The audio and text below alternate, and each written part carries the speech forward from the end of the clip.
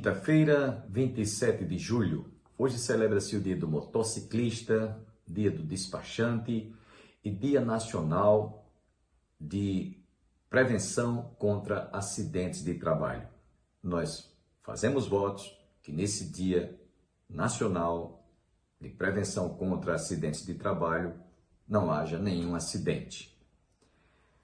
Dentro de instantes, ouviremos o pastor Antônio Júnior trazendo mais uma reflexão da Palavra de Deus para a sua edificação. E você também, ao término deste programa, ouvirá uma belíssima música interpretada pelo cantor Vitorino Silva. Sem perda de tempo, fiquemos com o pastor Antônio Júnior.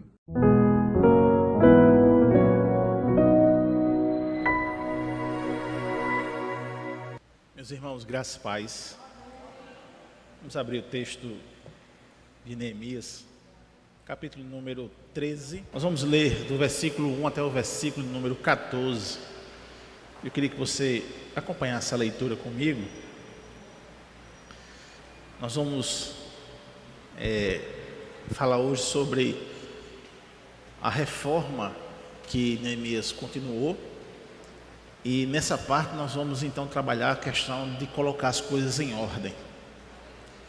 E diz assim o texto: naquele dia se leu para o povo no livro de Moisés. Achou-se escrito que os amonitas e os moabitas não entrassem jamais na congregação de Deus, porquanto não tinha saído ao encontro dos filhos de Israel com pão e água.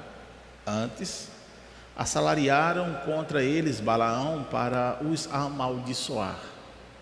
Mas o nosso Deus converteu a maldição em bênção.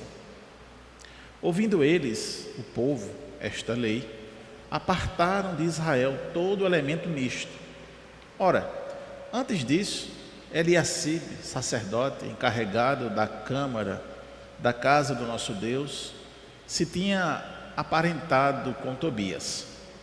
E fizera para este uma câmara grande, onde dantes se depositavam as ofertas de manjares, o incenso, os utensílios e os dízimos dos cereais, do vinho e do azeite, que se ordenaram para os levitas, cantores e porteiros, como também contribuições para os sacerdotes. Mas, quando isto aconteceu, não estive em Jerusalém, porque no 32º ano de Artaxerxes, rei da Babilônia, eu fora ter com ele, mas ao cabo de certo tempo pedi licença ao rei e voltei para Jerusalém. Então soube do mal que Eliacibe fizera para beneficiar Tobias, fazendo-lhe uma câmara nos pátios da casa de Deus. Isso muito me indignou a tal ponto que atirei todos os móveis da casa de Tobias fora da câmara. Então ordenei que se purificassem as câmaras e tornei a trazer para ali os utensílios da casa de Deus, com as ofertas de manjares e o incenso. Também soube que os quinhões dos levitas não se lhe davam, de maneira que os levitas e os cantores que faziam serviço tinham fugido cada um para o seu campo. Então contendi com os magistrados e disse: por que se desamparou a casa de Deus? Ajuntei os levitas e os cantores e os restituí a seus postos. Então todo o Judá trouxe os dízimos dos cereais, do vinho, do azeite aos depósitos. Por tesoureiros dos depósitos pus Selemias, o sacerdote, Zadok, o escrivão, e dentre os levitas, Pedaías, com o assistente deles, Hanã, filho de Zacur, filho de Matanias, porque foram achados fiéis, e se lhes encarregou que repartissem as porções para seus irmãos. Por isto, Deus meu, lembra-te de mim, e não apagues as benécias que eu fiz à casa do meu Deus e para o seu serviço. Amém. Vamos orar mais uma vez pela palavra, irmãos. Santo Deus, Pai de misericórdia, de amor, de graça, nós mais uma vez reconhecemos o poder da Tua palavra, a suficiência, a clareza, a inerrância da mesma. Mas reconhecemos também a nossa limitação de compreendê-la na sua inteireza. e te pedimos que o teu Santo Espírito possa nos iluminar para que venhamos a absorver a tua palavra e colocar em prática. Obrigado pela liberdade que temos até agora de fazer essa leitura pública e até mesmo transmitida. Conserva a tua igreja assim, para a glória do teu nome. Amém. Pode sentar, irmãos.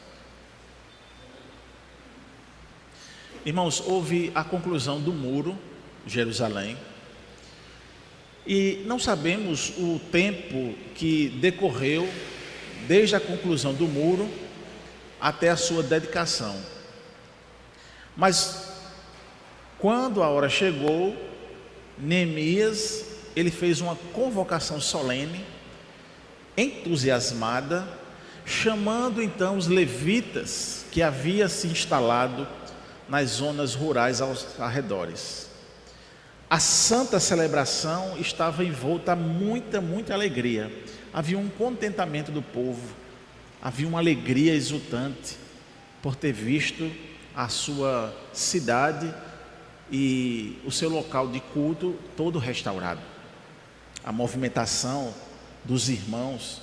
Então aquilo fez com que eles levantassem uma santa celebração, com muita alegria, com muitos louvores, com cânticos. A gente entendeu que as ideias e regiões mencionadas em Jerusalém estava desde o norte para o leste, e então dentro dessas zonas, essas regiões, eles afluíam para o templo para essa celebração. Não é explicado no texto como os sacerdotes e os levitas eles se purificavam. Não é exato como era o ritual, mas o fato é que existia o ritual de purificação, porque eles entendiam que eles não podiam ir de qualquer forma servir ao Senhor. Eles não podiam ir para o altar ou para servir, não é, para fazer o serviço na igreja ou no templo na época, de qualquer forma.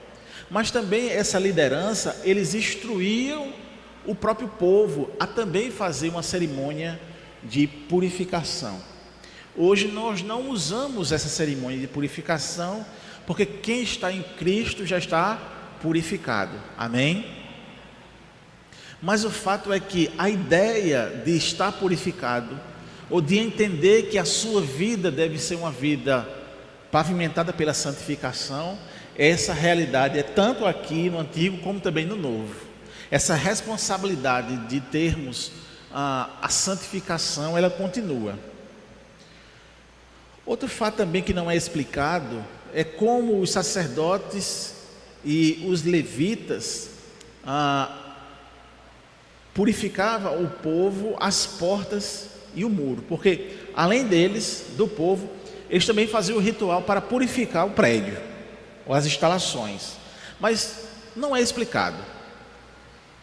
Agora, possivelmente havia uma consciência de todos da necessidade de se apresentar então diante de Deus. Havia essa consciência muito forte. A igreja, o povo que viram os grandes feitos de Deus na reforma, na reconstrução, que havia redescoberto a palavra de Deus, eles agora estavam então sendo guiados pela própria palavra. Então a ideia é o seguinte, quando a gente lê o capítulo número 12, é que de todo o trabalho de que eles retornaram para o culto e do culto retornaram para as Escrituras, e as Escrituras então mostravam para ele qual era o critério de Deus. Então isso também nos mostra que o critério na igreja, ou o critério para os israelitas, não era um critério formulado pela mente humana, não era um critério formulado por alguma sabedoria humana, mas eram critérios divinos, o critério do próprio Deus. E era o próprio Deus então que estabelecia o que eles tinham que fazer para conseguir, né, chegar à sua presença. Então a gente entende isso, que isso era muito forte a partir do momento em que eles redescobriram a revelação da palavra, que eles ouviram a palavra sendo lida, que eles ouviram os oráculos do Senhor. Então trouxeram no coração do povo essa fervorosidade de buscar uma vida pura, de se consertar para estar na presença de Deus. Eles viviam então, ou eles redescobriram então, o relacionamento com Deus de forma mais profunda, e isso estava levando o povo a se entusiasmar de novo com Deus. E aí é que é interessante quando a gente lê, quando a gente estuda esse texto, porque talvez a gente passe em um momento da nossa vida tão árido, tão seco, que a gente pensa então que a gente está distante de Deus, e por vezes de fato a gente está.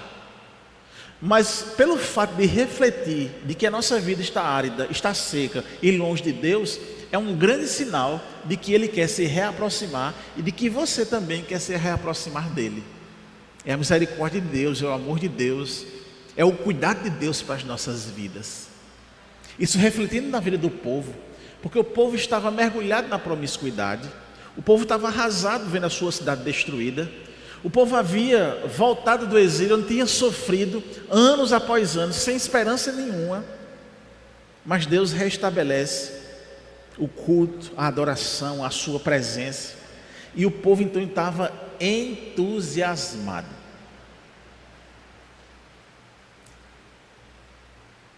Como a gente aprendeu, houve uma formação de lindos corais, orquestras. O povo estava sendo acompanhado por cantores. Em um dia de muita alegria, o povo oferecia sua adoração efusivamente. Deus havia dado motivo para o povo se alegrar, e Ele sempre nos dá motivo, para nos alegrar. Esse momento de alegria e culto, ele foi tão emblemático no povo, que o texto vai dizer que ao longe escutavam-se a voz do povo, cantando. O povo começou a devolver o dízimo, a trazer as ofertas, e isso, irmãos, era recheado de muita alegria. Que aí é outra coisa muito interessante para nós refletirmos, irmãos. Não era algo pesaroso, não era algo assim, mas rapaz, eu tenho que devolver o dízimo, eu tenho que dar oferta, porque se eu não der oferta, o pastor vai me chamar a atenção, porque se eu não devolver o dízimo, eu vou ser amaldiçoado. Aqui a gente percebe que uma vez que o povo redescobre as leis de Moisés, revelado nas Escrituras, que é a Bíblia deles no momento, e revelada a vontade de Deus, e vendo os feitos de Deus, eles então tinham um sentimento de alegria, e não de peso. Então eles sentiam alegria em fazer a devolução do dízimo, eles sentiam alegria em ofertar, e eu acho interessante isso para nós.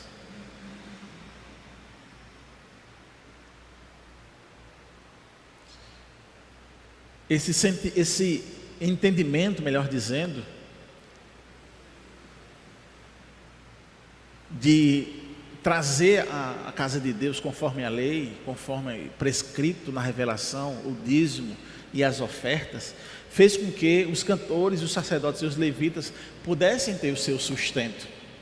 E isso é interessante, porque, irmãos, por mais que a gente, e essa questão do dinheiro, ela é muito problemática na nossa vida, porque o pecado faz com que a gente seja avarento, essa contaminação do pecado, ele sempre remove no nosso coração a avareza, e é um dos problemas de todos nós, todos os seres humanos, de forma moral, é justamente o apego ao dinheiro. É tanto que Paulo dedica textos a Timóteo falando sobre isso, para que Timóteo chamasse a atenção da igreja sobre esse apego ao dinheiro. Isso é uma coisa que marca a humanidade, Você pode ver isso em estudos antropológicos, você vê isso de forma muito clara na religião. Então, meus irmãos, Deus, independentemente do nosso sentimento de avareza, sentimento não, do pecado, do pecado de avareza, independentemente disso, Ele elaborou uma forma de que a sua igreja pudesse ser sustentada, e essa elaboração de Deus é da eternidade, ou seja, isso nunca vai deixar de existir, amém? o sustento da casa do Senhor, ele nunca vai deixar de existir. Independentemente da avareza do homem, a forma que Deus elaborou de sustento da casa dele continua a mesma: oferta e dízimo. Amém, irmãos?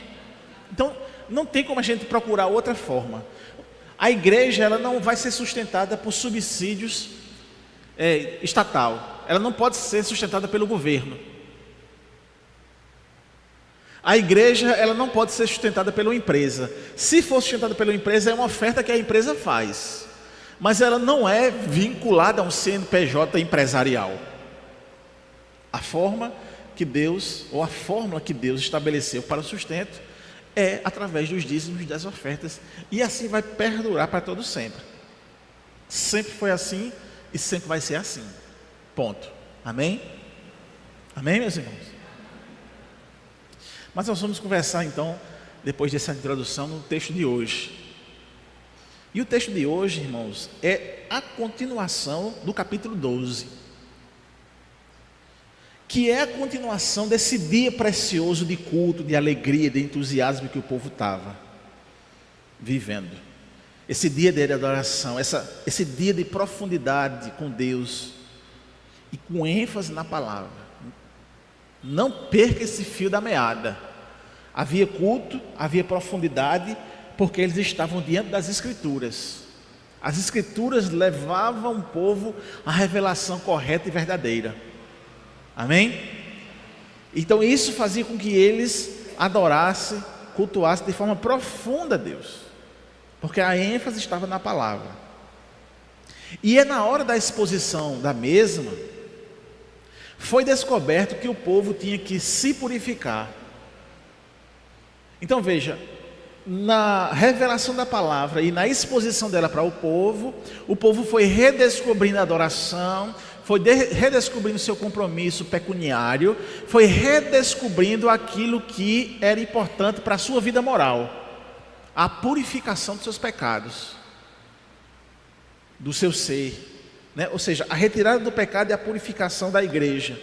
E no versículo 1, ele diz assim: naquele dia se leu para o povo ao livro de Moisés, achando-se escrito que os amonitas e os moabitas não entrassem jamais na congregação de Deus. Então, a partir do momento que eles descobrem essa santificação, essa purificação, eles vão entender que existia gente no meio da igreja que não estava puro. Eles começaram a entender que havia comportamentos dentro da igreja, que esses comportamentos eram a aversão às Escrituras, ao ser de Deus santo. Então eles começam a descobrir na palavra que havia uma razão para a separação. Esses povos aqui elencados, moabitas e amonitas, eles eram povos pagãos, eles eram mundanos, eles não eram israelitas. Então era um povo considerado impuro. Esse povo, eles pervertiam a verdade e não tinham o temor do Senhor. Esse povo, ele apenas se beneficiava das coisas de Deus. É como se nós trouxéssemos para os dias de hoje, era homens e mulheres que se beneficiavam da igreja, mas que o seu coração era totalmente enegrecido.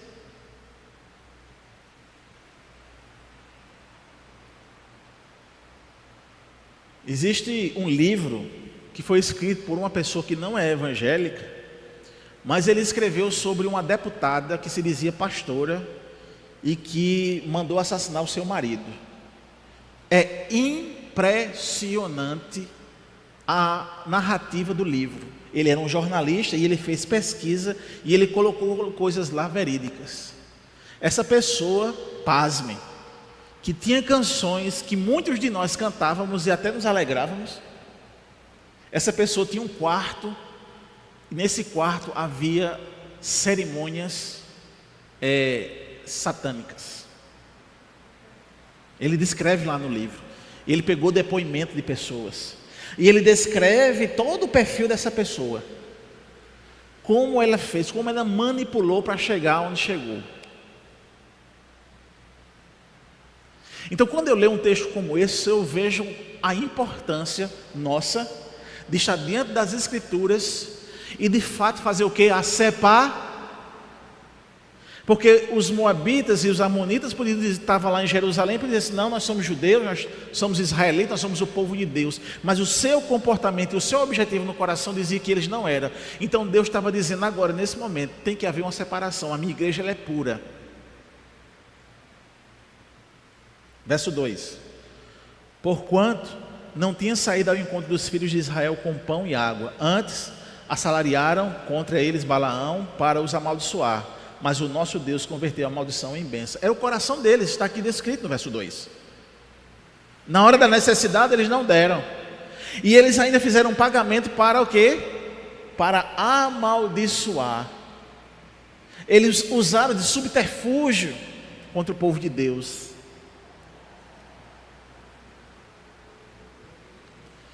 Irmãos, embora o inimigo se levante e até tente destruir a igreja, mas ela sempre vai prevalecer.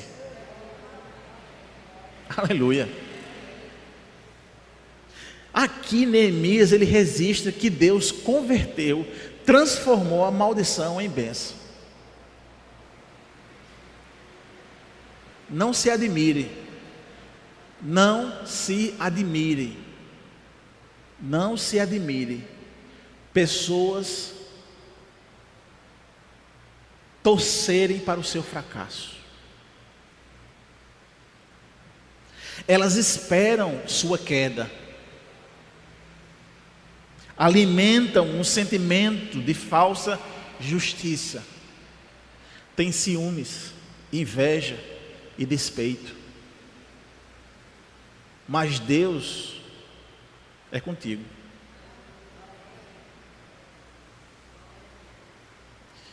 E embora eles os amaldiçoem, Deus transforma essa maldição em bênção. A referência a Balaão aqui, ela foi feita para lembrar os judeus do evento histórico no qual o rei Balaque de Moabe contratou o profeta pagão Balaão para amaldiçoar o povo de Deus, registrado lá em Números. Porém Deus, em sua soberania, fez Balaão abençoar o seu povo ao invés disso. Da mesma forma, Deus removerá a maldição do casamento misto com pagãos e transformará em bênçãos, conforme aqui em Neemias. Uma vez que seu povo obedeça aos seus mandamentos, casamentos com não israelita era contra a lei de Deus desde os tempos de Moisés. E se havia então a revelação de que esses casamentos eram casamentos impuros, não poderia acontecer, que é a mesma ideia que se tem hoje, que se entende hoje, de que a cabeça que está regenerada não tem como casar-se com a cabeça não regenerada, ou seja, uma pessoa não crente casar com um crente, porque as ideias em algum momento vai ser conflitantes, porque as inclinações vão ser diferentes. Então, como mostrado no versículo 2, quais eram as inclinações dos moabitas? De não fazer aquilo que é bom para os israelitas, porque o seu coração estava contaminado. Da mesma forma será nos dias de hoje. Enquanto o crente ele vai querer vir para a adoração pública na igreja, o não crente ele vai querer ir para uma festa, porque é aquilo que a sua vida, o seu desejo, as suas concupiscências necessita. Ele necessita de um entretenimento, ele necessita do pecado. Enquanto o crente regenerado entende que as suas inclinações não faz mais sentido, porque eles foram regenerados. Amém, irmãos? Isso é uma realidade bíblica. Isso é algo bíblico. E nós só podemos entender isso se a gente for para a Bíblia. Não é um entendimento meramente humano. Não é porque está no estatuto da igreja. É porque está na Bíblia.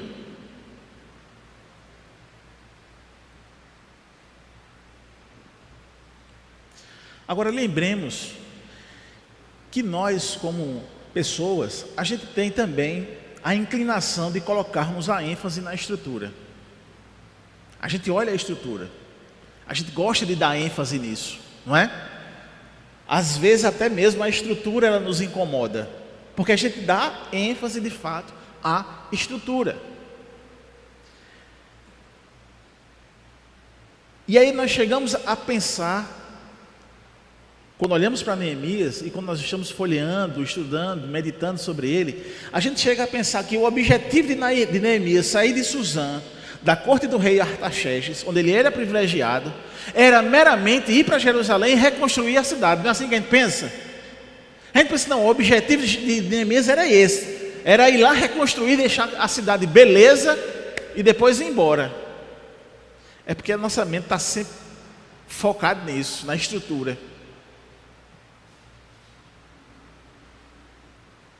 Não é à toa que a gente sempre quer reformar a nossa casa. Não é à toa que depois de uma reforma da casa a gente vai encontrar alguma coisa, mas rapaz, faltava isso aqui. É ou não é, irmãos?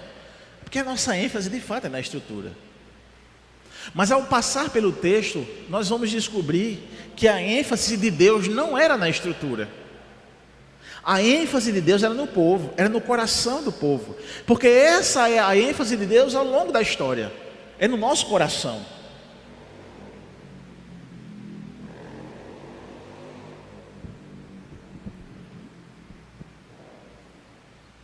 Esse é o interesse maior de Deus. Estava no fato daquilo que mais se precisava na época também. A restauração da espiritualidade do povo. Era esse o foco. Era essa a necessidade mais profunda.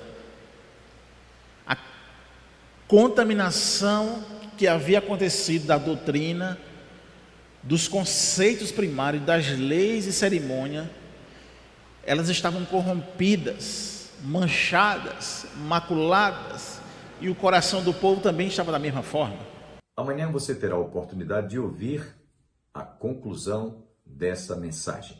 Desejamos a todos um dia abençoado e nós vamos encerrar o programa ouvindo o cantor Vitorino Silva. Até amanhã.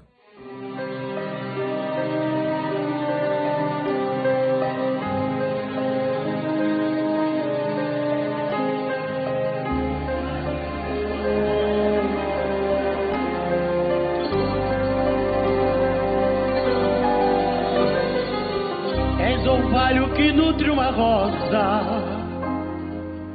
és a rosa que enfeita o jardim, és jardim que ornamenta a campina, és o campo radioso sem fim, és um raio de luz dentre as sombras, és a alfombra suave e fiel.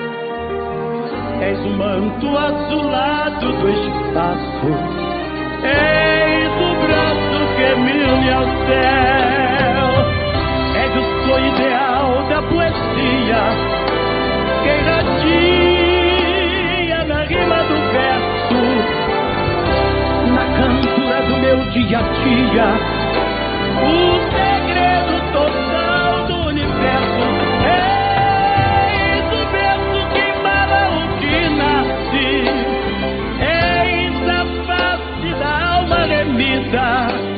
És degrau para a eterna subida, és a vida, meu Deus, és a vida.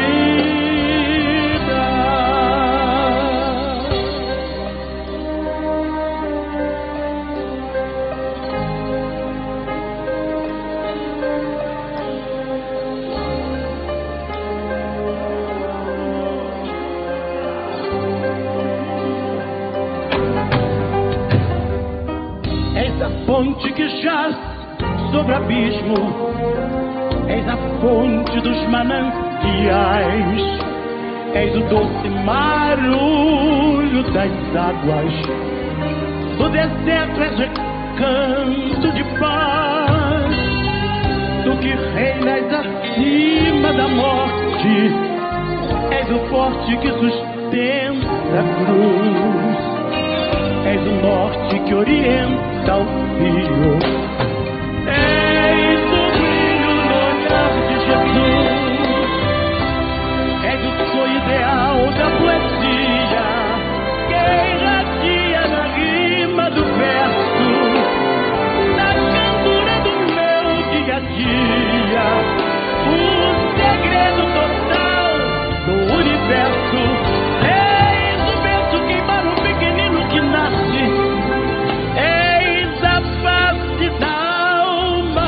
descida, és degrau para eterna subida. Essa vida, meu Deus,